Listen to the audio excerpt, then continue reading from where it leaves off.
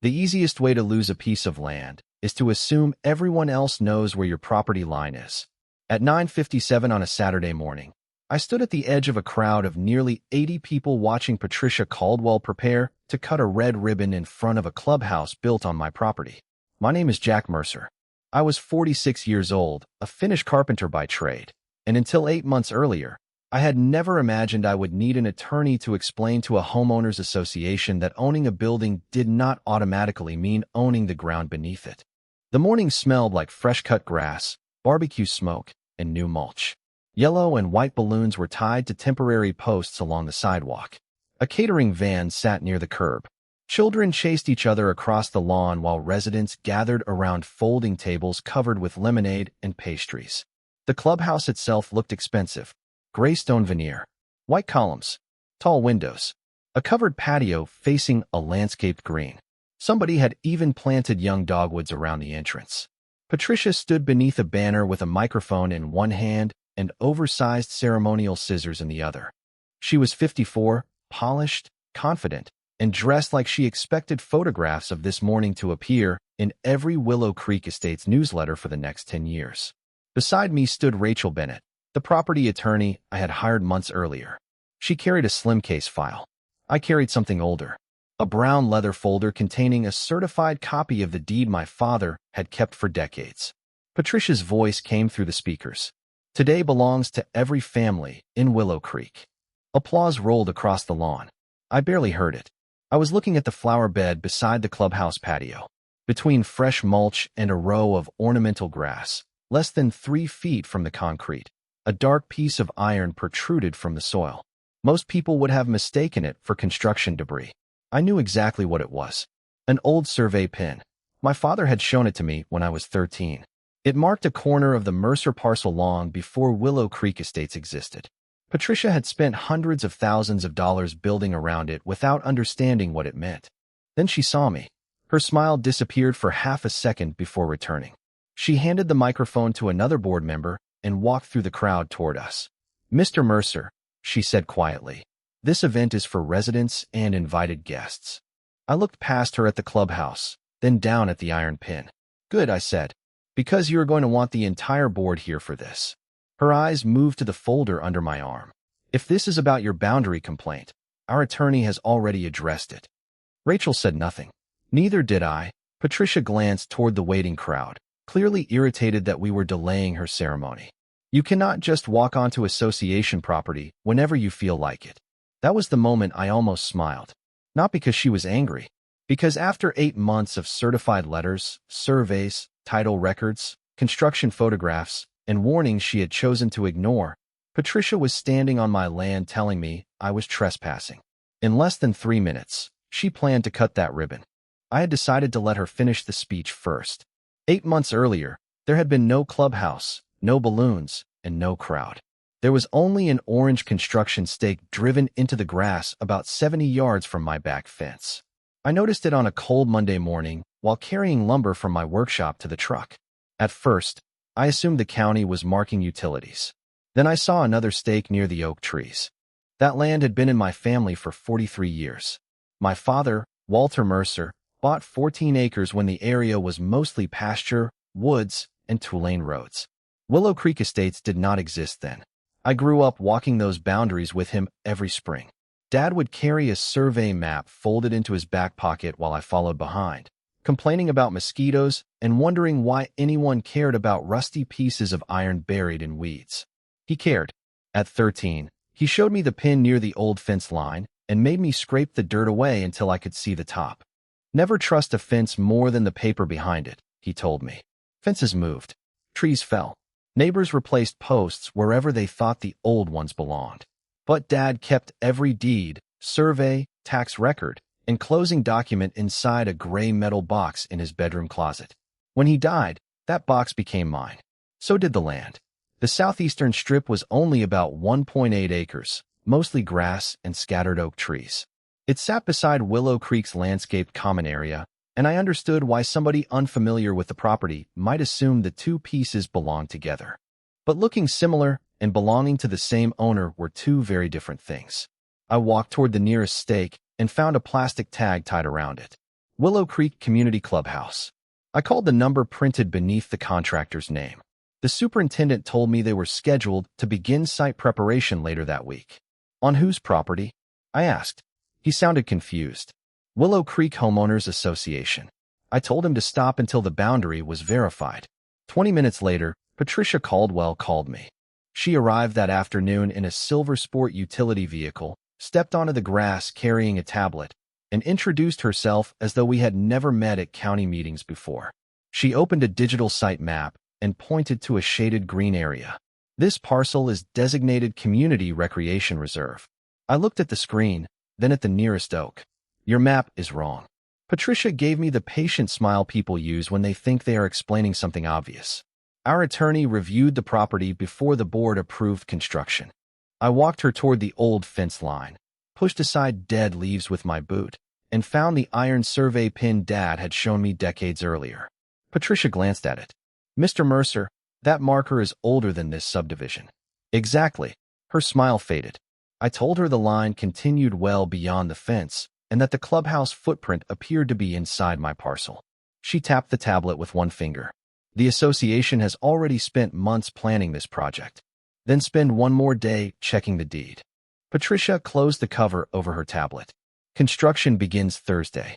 She walked back to her vehicle without looking at the survey pin again. Thursday morning, I woke to the low diesel growl of an excavator starting less than 200 yards from my house. The excavator was already scraping away the topsoil when I reached the field. The sound carried across my property like a low mechanical growl, mixed with the sharp warning beeps of a dump truck backing toward the oak trees.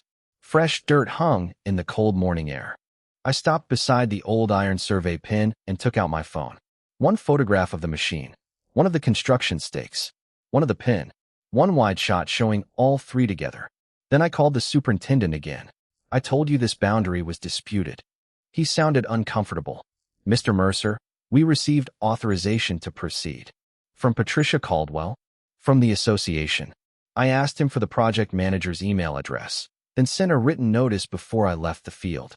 By 10 that morning, I had sent the same objection by certified mail to Willow Creek Estates, Patricia, the management company, and the contractor. I did not threaten anyone. I did not touch their equipment or pull out their stakes. I wrote one simple thing. I claimed ownership of the land under construction. I had not granted permission to build there, and I requested that work stop until the recorded boundary could be verified. Patricia answered 2 days later. Her letter said the board had reviewed my concern and remained confident that the clubhouse was entirely within association property. Attached was a color map showing a broad green recreation area extending almost to my old fence. It looked convincing until I noticed there were no bearings, distances, monument references, or recording information anywhere on the page.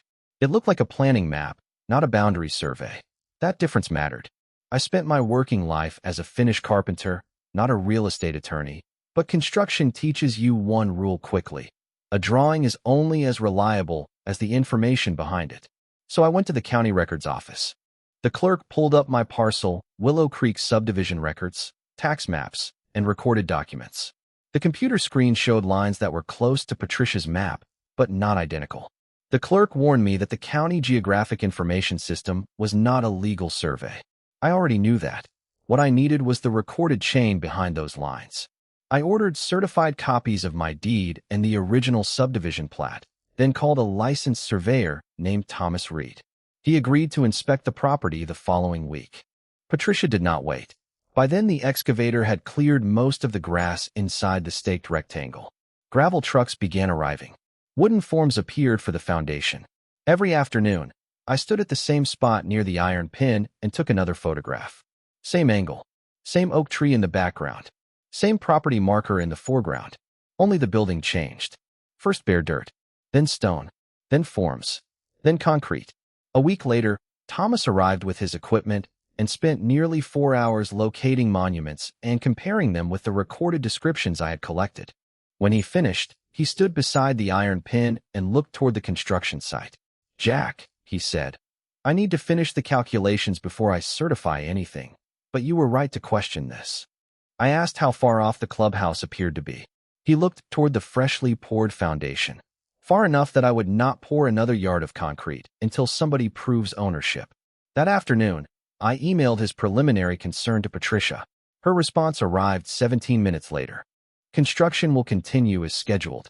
I read that sentence twice, printed it, dated it, and placed it in the gray metal document box my father had left me. Patricia thought the growing foundation made her position stronger. I was beginning to understand that every new piece of concrete was doing the opposite. By the time Thomas Reed sent me his certified survey 11 days later, the foundation had already become a skeleton of lumber. I stood at my kitchen counter with the survey spread beneath both hands while nail guns popped across the field outside like distant firecrackers. Thomas had marked the property line in red. The clubhouse foundation sat 36 feet inside my parcel at its deepest point. The patio footprint was even farther in. I called Patricia immediately. The certified survey is finished. Our board has its own documentation, she said. Does your documentation have a surveyor's seal?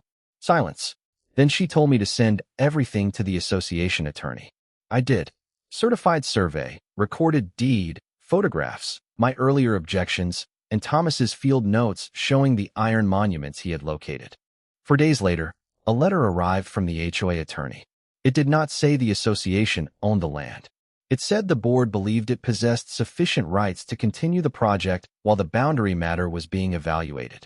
That wording bothered me. Sufficient rights was not ownership. I called Rachel Bennett the next morning. Rachel had handled a property access dispute for one of my customers years earlier, and she had the habit of reading every sentence twice before saying anything. I emailed her the entire file. She called back that afternoon. Jack, do not interfere with the construction yourself. Keep documenting everything. I want the recorded subdivision plat, the developer conveyances, your complete chain of title, and whatever map Patricia is relying on. That became my routine. I worked during the day, then came home and photographed the clubhouse from the same position near the old iron pin. The building rose almost like somebody was flipping pages in a picture book. Framing, roof trusses, sheathing, windows, gray stone veneer, white columns. Each week made the mistake more expensive. Rachel sent another formal notice reserving my property rights and demanding that Willow Creek identify the recorded document granting ownership or access. Patricia answered through counsel. The project continued. Then the social pressure started. A neighbor from Willow Creek stopped me at the hardware store and asked why I was trying to take away their community center. Another man told me the clubhouse would increase everyone's property values. Someone left an anonymous note in my mailbox saying one person should not stand in the way of an entire neighborhood. I kept the note with everything else. What none of them understood was that I had never asked Willow Creek to abandon a clubhouse. I had asked them not to build it on land they did not own. One Friday afternoon, Patricia drove onto the edge of my property while landscapers were unloading young dogwood trees. She lowered her window and called me over. You can see how far along this is now, she said. There has to be a practical solution. There was. Stop before you poured the foundation. Her expression tightened. The board has invested more than $400,000. That does not move the boundary. Patricia looked toward the nearly finished building. No court is going to make a community tear down something this valuable over an old property line. I remember that sentence because it explained everything. She was no longer telling me the clubhouse was definitely on HOA land. She was betting that once it became expensive enough, I would be pressured to surrender mine. I watched her silver sport utility vehicle disappear toward Willow Creek, then looked at the gray metal document box sitting on my passenger seat. Rachel had called 20 minutes earlier. The title search was complete. She had found the map Patricia was relying on, and she had also found the document that mattered more. Rachel spread 3 documents across her conference table the following Monday morning and told me not to look at the colored map first. Her office smelled like coffee, printer paper, and the lemon oil somebody had used on the old wooden table. Outside the window, traffic moved through downtown while I stared at the paperwork that had somehow become more important than the building rising behind my house. Rachel tapped the first document. This is your recorded deed. The legal description traced the same 14 acres my father had purchased decades earlier, including the southeastern strip where Willow Creek was building. The second document was the original recorded subdivision plat from when the developer created Willow Creek Estates. Its boundaries stopped short of my parcel. Then Rachel slid Patricia's map beside it. The green recreation area crossed that boundary and continued onto my land. This is what they have been treating as ownership, Rachel said. I looked at the small print near the bottom. Conceptual community plan. Not a recorded plat. Not a deed. Not a survey. A planning illustration. Rachel had traced the developer's conveyances as well. There was no sale from my father to the developer. No donation. No recorded easement for recreational use. No transfer from me. Nothing that placed those 1.8 acres into Willow Creek's ownership. The map had not technically lied. It had simply shown a future idea as though somebody had already acquired the ground necessary to make that idea real. So they never bought it, I said. Rachel shook her head. I cannot find any recorded instrument showing they did. Then she placed Thomas Reed's certified survey over the subdivision plat. The lines matched. The old iron monuments matched. The clubhouse did not. Most of the structure, its patio, and part of the landscaped area crossed onto my parcel. I expected to feel triumphant. Instead, I felt tired. I thought about the nail guns I could hear every morning and Patricia telling me no court would make a community remove something valuable over an old property line. Rachel must have seen it on my face. This is why we documented your objections, she said. They cannot reasonably say nobody warned them. She sent another formal notice that afternoon, this one attaching the title findings and certified survey and demanding that construction stop while the parties addressed the encroachment. Willow Creek's attorney acknowledged receipt. Construction still continued. Over the next several weeks, the clubhouse transformed from a shell into something polished enough for a real estate brochure. Workers installed white columns, exterior lights, polished doors, irrigation lines, shrubs, and young dogwoods. I kept taking photographs from the same place. The old iron pin remained in the foreground while the clubhouse behind it became prettier and more expensive. Then, one Thursday, I opened my mailbox and found a glossy card printed in green and gold. Willow Creek Community Clubhouse, grand opening. Saturday, 10 in the morning. Families welcome. Ribbon cutting and refreshments. I carried the invitation inside and called Rachel. She had received something more interesting that morning. Correspondence indicating Willow Creek's own attorney had recommended delaying public use until the boundary dispute was resolved. The board had decided to proceed anyway. 2 days later, Patricia sent a neighborhood email describing the property issue as resolved and the clubhouse as a permanent community asset. That changed something for me. I had spent months trying to keep this quiet, factual, and professional. Patricia had chosen to make her version public. I looked at the invitation again, then at the gray metal box on my kitchen table. I opened it and removed the deed my father had protected for decades. If Patricia wanted 80 neighbors watching when she declared that building belonged to Willow Creek, I was finally ready to let the same 80 neighbors see what the county records said about the ground beneath it. Friday evening, less than 18 hours before the grand opening, Rachel sat across from me at my kitchen table while I built the most boring weapon Patricia had ever underestimated, a stack of certified paperwork. The clubhouse lights glowed through the trees outside, warm and expensive, while I arranged the documents in order. My father's recorded deed came first, then the complete chain of title. Thomas Reed's certified survey, the original Willow Creek subdivision plat, the developer conveyances, my certified letters objecting to construction, delivery receipts proving the HOA and contractor had received them, Patricia's written response saying construction would continue as scheduled. Finally, Rachel added the correspondence showing the association attorney had recommended delaying public use until the boundary dispute was resolved. There was no surprise document we had hidden for 8 months. That mattered to me. Patricia had been warned before the first major stage of construction, warned again after the survey, and warned again after the title search. Tomorrow would not be an ambush. It would be the first time she had to defend her decisions in front of the same residents she had told the issue was resolved. Rachel tapped Patricia's conceptual map. This is where their confidence came from. The green recreation area looked official until it sat beside the recorded plat. Then the difference was obvious. One document showed what the developer once hoped the neighborhood might include. The other showed what had actually been legally recorded. I looked through the window toward the clubhouse. Workers had spent the afternoon arranging outdoor tables and hanging strings of decorative lights beneath the covered patio. A delivery truck had unloaded folding chairs. A red ribbon stretched between 2 white posts near the entrance. Patricia was not backing down.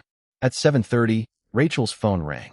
She listened for almost a minute, thanked the caller, then set the phone on the table. That was Willow Creek's attorney. He recommended postponing tomorrow, and the board voted to proceed. I leaned back in my chair. Patricia? Rachel nodded.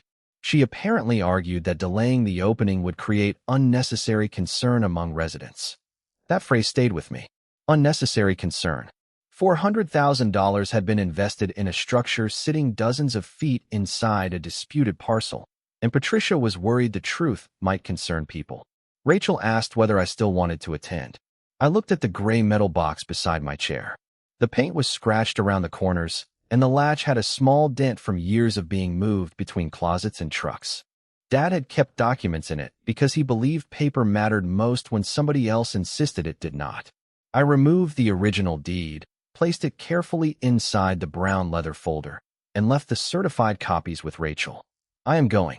Saturday morning arrived bright and cool. By 9:30, cars were lining Willow Creek Drive. I could hear music from the clubhouse lawn before I left my house. Rachel met me near the entrance, carrying her case file. Thomas Reed was already nearby, not as part of a spectacle, but because Rachel had asked him to be available if the board disputed the monuments he had certified. As we approached the crowd, I saw Patricia beneath the balloons greeting residents as though nothing had ever been questioned. Then I saw the old iron pin beside the new flower bed. 8 months of construction had changed everything around it. The pin itself had not moved an inch. Patricia noticed me moments later and started walking in my direction. I tightened my grip on the leather folder. She had chosen the audience. I had simply brought the record. Patricia stopped 6 feet in front of me, and for the first time that morning, the smile she had been giving her neighbors disappeared completely. "Jack, I am asking you not to disrupt this event." Her voice was low enough that only Rachel and I could hear it. I looked toward the clubhouse entrance, where 2 board members were waiting beside the red ribbon. "I am not here to disrupt anything." Patricia glanced at Rachel's case file. "Then why is your attorney here?" Rachel answered calmly. "Because your board publicly represented that the ownership issue was resolved." Patricia folded her arms. "It was addressed by counsel." "Addressed is not the same as resolved," Rachel said. Before Patricia could answer, someone near the microphone called her name. Residents were gathering closer to the ribbon. Patricia looked at me one last time. "Stay off the patio." Then she turned and walked back toward the entrance. I looked down at the old iron pin beside the flower bed. Thomas Reed stood about 20 feet away, watching quietly. At 10 o'clock exactly, music faded from the speakers, and Patricia stepped behind the microphone. She thanked the board, the management company, the contractor, and the families of Willow Creek. She talked about property values, community investment, and creating a place that would belong to residents for generations. Every few sentences brought another round of applause. Then she said the sentence Rachel and I had been waiting for. "This clubhouse stands on property owned and maintained by Willow Creek Estates for the benefit of our community." Rachel looked at me. I nodded. Patricia reached for the ceremonial scissors. "Before you cut that ribbon," I said. I did not shout, but the crowd was quiet enough that people turned immediately. Patricia lowered the scissors. "Mr. Mercer, this is not the time. You just told everyone who owns this property. I think this is exactly the time." A murmur moved through the crowd. Rachel walked toward the board members and handed a document packet to the association attorney, who had been standing near the front. I opened my leather folder and removed the certified deed. Patricia stared at it, then at me. "We have already reviewed your claim. Then this should be easy." Rachel placed the recorded subdivision plat beside Patricia's conceptual community map on a folding table. Thomas stepped forward with his certified survey.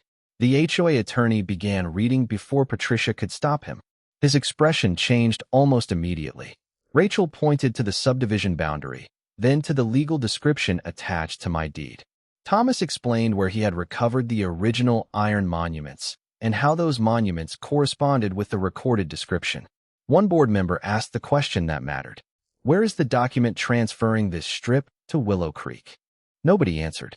Patricia finally said, "The developer designated this as recreation space." Rachel looked directly at her. "Designation on a conceptual plan does not convey title. Show us the recorded deed." The association attorney closed the packet and quietly asked Patricia to step aside with him. She did not move. Her face had gone pale, but her voice remained firm. This building was permitted. The association paid for it. Construction was approved. I held up my deed. You built your clubhouse. You just forgot to buy the ground under it. The lawn went completely silent. Somewhere behind the crowd, the catering truck's refrigeration unit hummed. Patricia looked toward the ribbon, then toward the clubhouse, then down at the iron pin beside the flower bed.